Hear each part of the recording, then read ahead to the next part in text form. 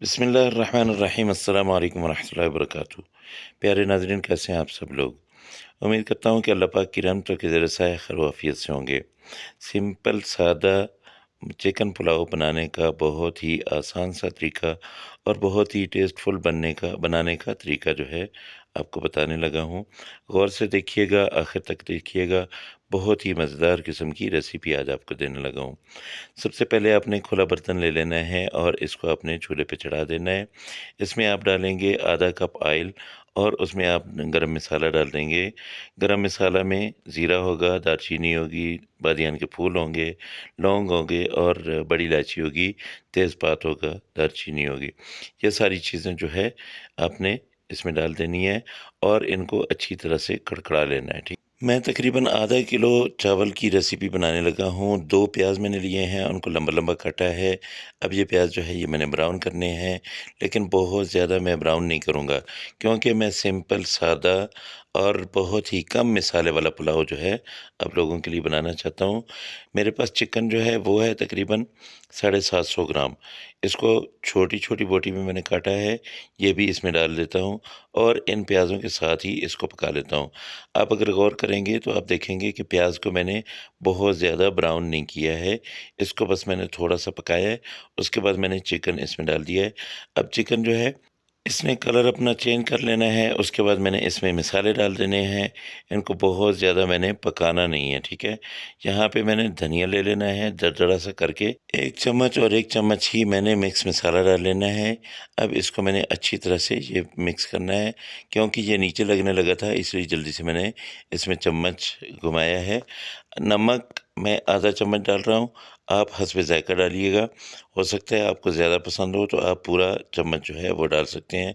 और वैसे भी जब इसकी यख़नी बन जाएगी उसके बाद मैं चेक करूँगा, अगर और नमक डालना पड़ा तो मैं इसमें और नमक डाल लूँगा। गौर से अगर आप देखें तो यहाँ पे मेरा चिकन जो है वो पक चुका है।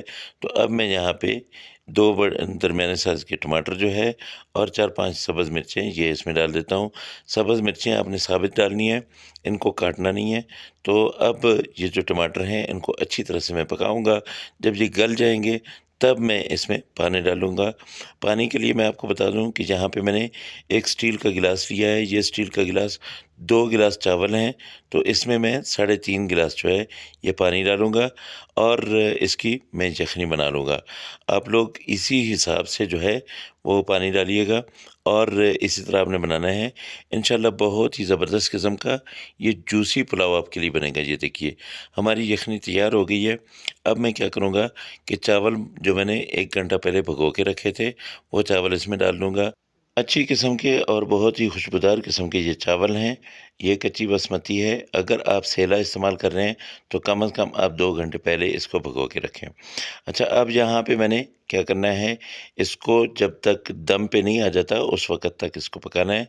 मैंने चेक किया नमक कम था, आधा चम्मच मैंने और डाल दिया। आप जब चावल डाल लेते हैं, जब उबाल आ जाता है तब आप इसको चेक करते हैं। चेक करने का तरीका ये है कि अगर आपको यूँ लगे कि ये नमक बराबर है तो उसमें फिर आप और डालें। अगर आपको लगे कि ये थोड़ा है फिर भी आप और डालें।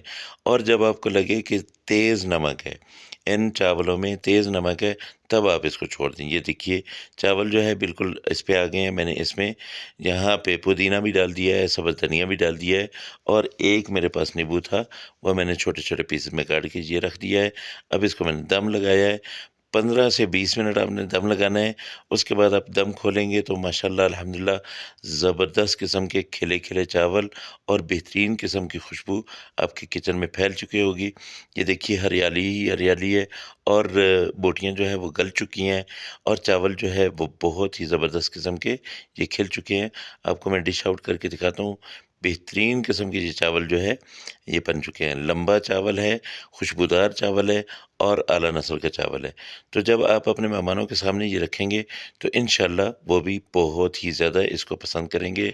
दोस्तों, अगर आपको मेरी ये रेसिपी पसंद आई है तो मेहरबानी करके मेरे चैनल को ज़रूर सब्सक्राइब कर लीजिएगा और साथ में लगे बेल आइकन को ज़रूर दबा दीजिएगा, ताकि मेरा और आपका ये दोस्ती का रिश्ता कायम और दायम रहे।